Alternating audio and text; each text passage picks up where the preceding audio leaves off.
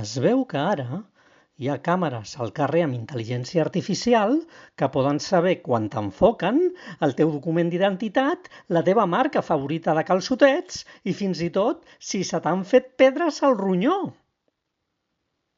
I és que la intel·ligència artificial no para d'impressionar-nos i també fa acudits. I el pitjor és que els seus acudits tinguin més èxit que els teus.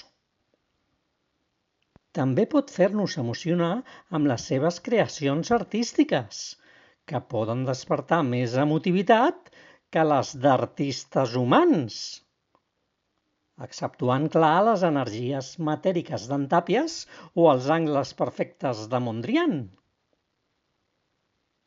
I els robots sedueixen tant amb la intel·ligència artificial com el ChatGPT.